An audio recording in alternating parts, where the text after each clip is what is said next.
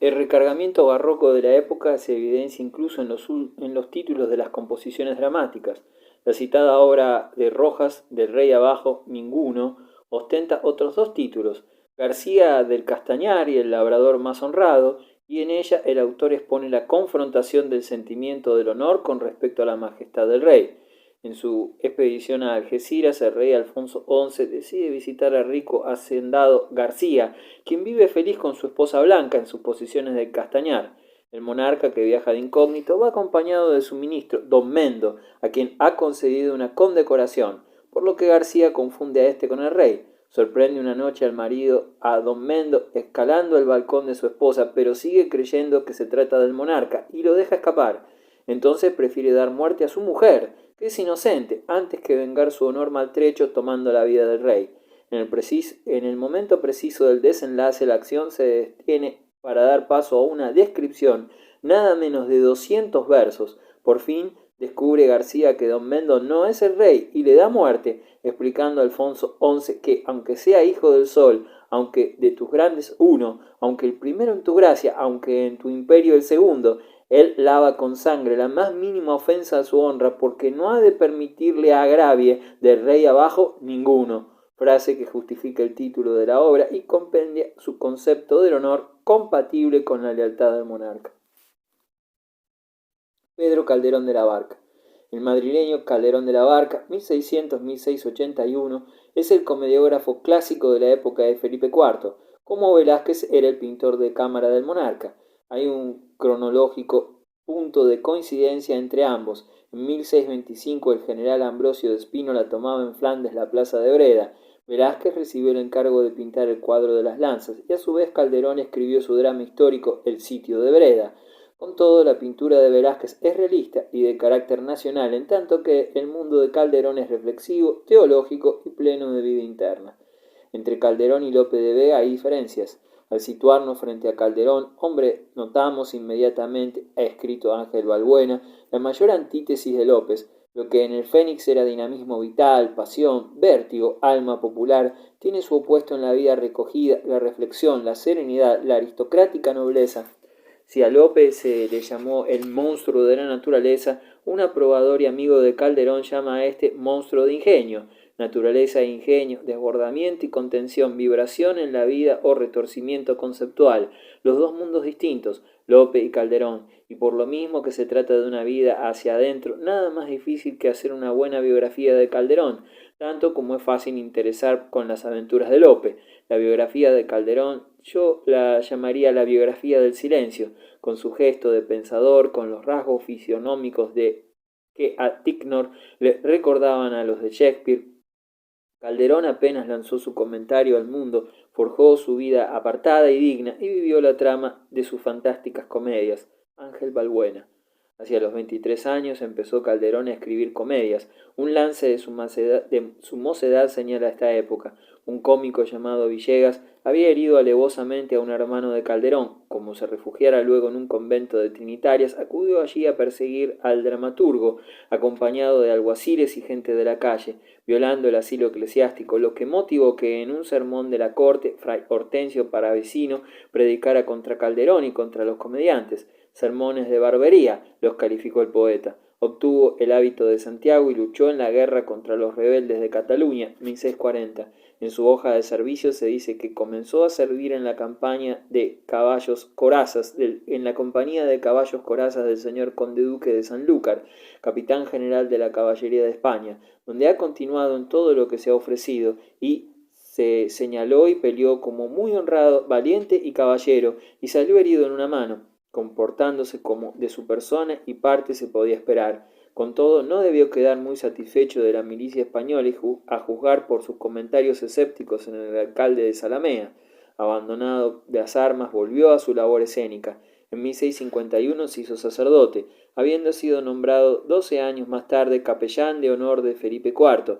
Establecióse en la corte y escribió obras por encargo del monarca. Dirigió las representaciones de los autos sacramentales en Madrid y compuso zarzuelas, llamadas así por representarse en el Real Sitio de la Zarzuela, cerca del Pardo.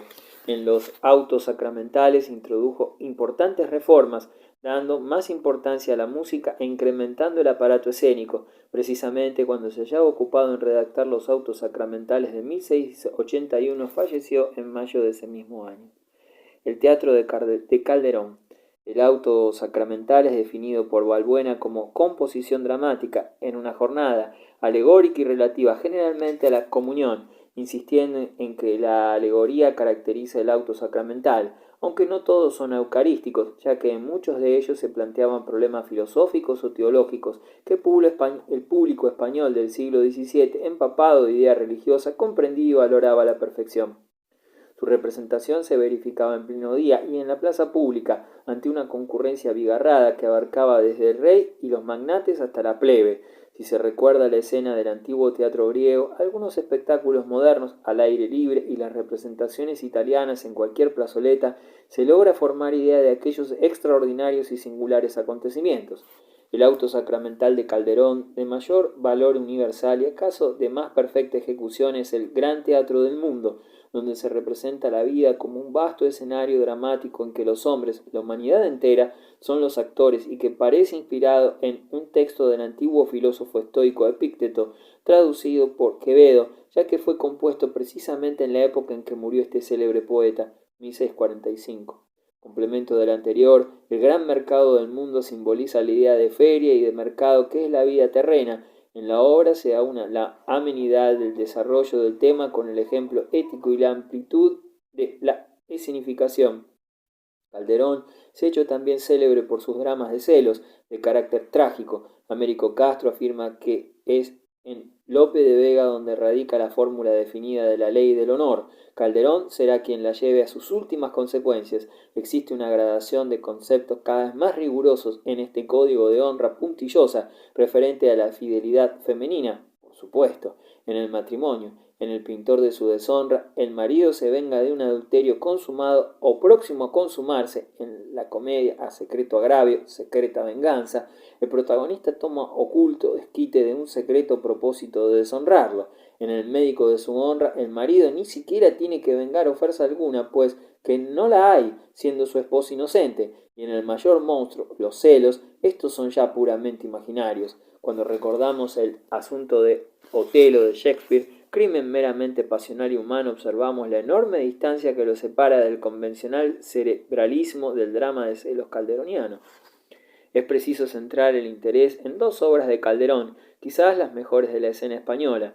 En primer lugar, La vida de sueño, la más representativa del autor y de mayor importancia ideológica y universal.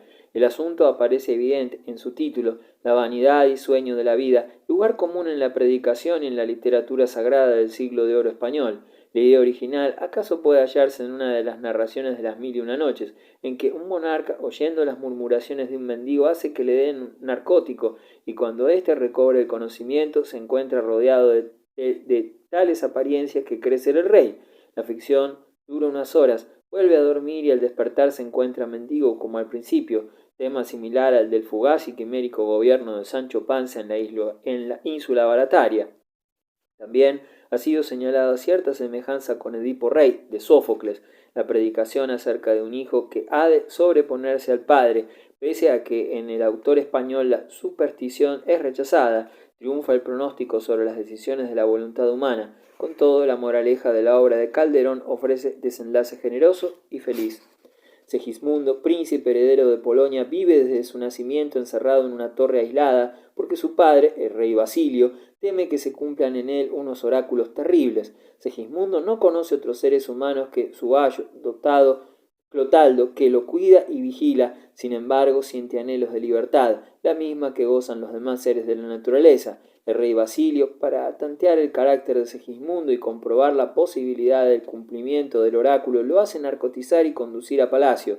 Allí se despierta asombrado de ver trocadas sus cadenas en el trono real. Segismundo: yo en palacios suntuosos, yo entre telas y brocados, yo cercado de criados tan lucidos y briosos, yo despertar de dormir en lecho tan excelente, yo en medio de tanta gente que me sirven el vestir, decir que sueño es engaño, bien sé que despierto estoy, yo Segismundo no soy, dadme, cielos, desengaño. Su comportamiento responde a lo vaticinado, muestra brutalidad y feroces instintos, no tolera la menor oposición, arroja por el balcón un cortesano que le replica y trata de atropellar a la hermosa Rosaura, la primera mujer que ha visto en su vida, que llega a la corte dispuesta a que el príncipe moscovita Astolfo, presunto heredero de Polonia a falta de Segismundo, se case con ella y repare su honor. Ante la desaforada conducta de su hijo, el rey Basilio ordena que le proporcionen otra vez un narcótico y lo encierren de nuevo en la torre. En consecuencia, al despertar cree que aquel breve episodio de su vida fue un sueño, pues estamos en un mundo tan singular, que el vivir solo es soñar, y la experiencia me enseña que el hombre que vive sueña lo que es hasta despertar. Sueña el rey que es rey y vive con este engaño mandando, disponiendo y gobernando, y este aplauso que recibe, prestado en el viento, escribe y en cenizas le convierte la muerte, desdicha fuerte. Hay quien intente reinar viendo que ha de despertar en el sueño de la muerte. El poderoso individualismo de Segismundo es hermano de la filosofía cartesiana de la época. De la duda sobre la realidad del mundo pasa Segismundo al afianzamiento de su personalidad, como de la duda metódica transitoria se pasa en Descartes a la certeza. La fina y honda indicación del filósofo del discurso del método sobre la semejanza del sueño y a la vigilia, que también se halla en Pascal, está planteada en escena al seguir soñando Segismundo con la realidad inmediata. Lo más probable es que Calderón coincidiera con Descartes sin conocerlo, aunque al construir dos autos con ciertos elementos relacionados con la vida del metafísico pueda suscitar un interrogante a la que no podemos todavía contestar categóricamente. Ángel Balbuena. Al enterarse, el pueblo polaco se subleva en favor de Segismundo, a quien considera legítimo heredero del trono. Lo liberta de la torre y lo proclama jefe del ejército. Rosaura se une a él y Segismundo decide luchar por su trono, y para que ella recupere su honra perdida, se traba la batalla y son vencidos Basilio y Astolfo.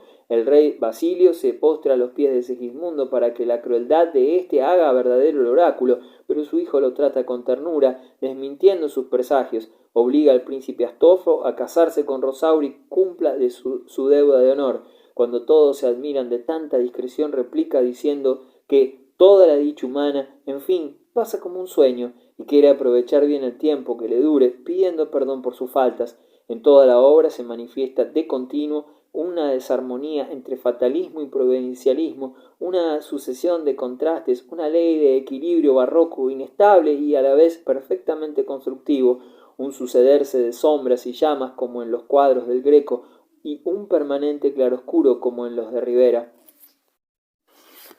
El alcalde de Zalamea. Este drama de fondo histórico, referente a un episodio relacionado con la conquista de Portugal por Felipe II, 1580, se distingue en especial por sus caracteres humanos, galería de personajes vivos, de los mejores que figuran en el teatro español. El argumento no es original de Calderón, pues ya Lope había compuesto otra comedia similar, con el mismo título, pronto olvidada ante la patente superioridad de la obra calderoniana. En esta destacan ante todo su rotundidad de expresión y la visión simpática de la vida tranquila de una aldea en la provincia de Huelva. El dramaturgo creó con estos elementos una obra cumbre de la escena nacional española. Cenit del arte pictórico. Diego Velázquez de Silva. A la edad de 13 años, 1612, Diego Velázquez entró en el taller de Herrera el Viejo, extraña personalidad de temperamento fogoso y moral elemental, que pintaba a su antojo sin cuidarse de las reglas del arte clásico. Herrera concebía los cuadros religiosos como vulgares escenas de la calle. Dios Padre no era para él sino un robusto mozo de cuerda, sevillano, de barba revuelta, y los santos exhibían músculos y rostros de pícaros. Gracias a su paleta de matices variados, Herrera el Viejo reducía los sentimientos más sublimes a proporciones estrictamente humanas y carnales. Diego Rodríguez de Silva y Velázquez, 1599-1660, nació en Sevilla. Dejó las enseñanzas de Herrera el Viejo para seguir las del pintor Pacheco, con cuya hija Juana se casó más tarde. La casa de Pacheco era una verdadera academia literaria y artística a la que asistían los ingenios más notables de principios del siglo XVII. En solo 2 años, 1622-1624, Velázquez se convirtió en el más notable pintor de la corte de Felipe IV. Este le concedió una ración de 12 reales todos los días para su plato y otras muchas ayudas de su costa, con lo que obtuvo entrada definitiva en palacio, aunque en modesta escala.